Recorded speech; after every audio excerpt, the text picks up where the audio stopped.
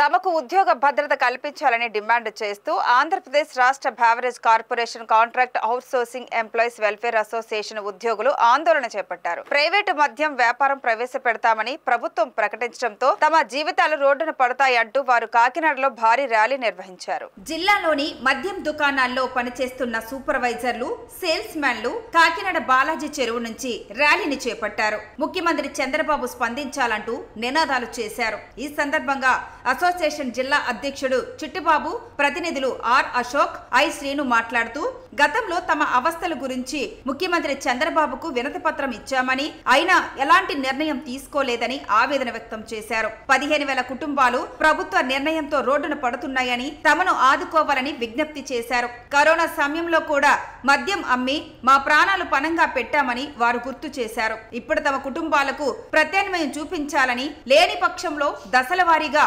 ఆందోళనను ఉధృతం చేస్తామని హెచ్చరించారు. ప్రైవేటీకరణ వైన్ షాప్స్ అయిపోతే మా యొక్క 15,000 మంది కుటుంబాలు రోడ్డున పడతాయి.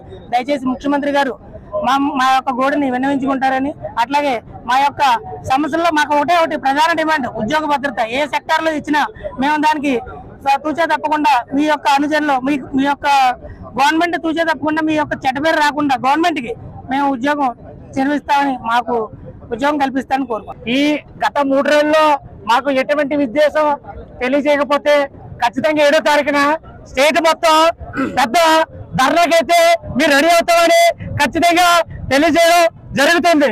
కావున మా కుటుంబాన్ని కాపాడే బాధ్యత మీ చేతుల్లో పెడుతున్నాం. అవసరం అయితే మేమందరూ చాలా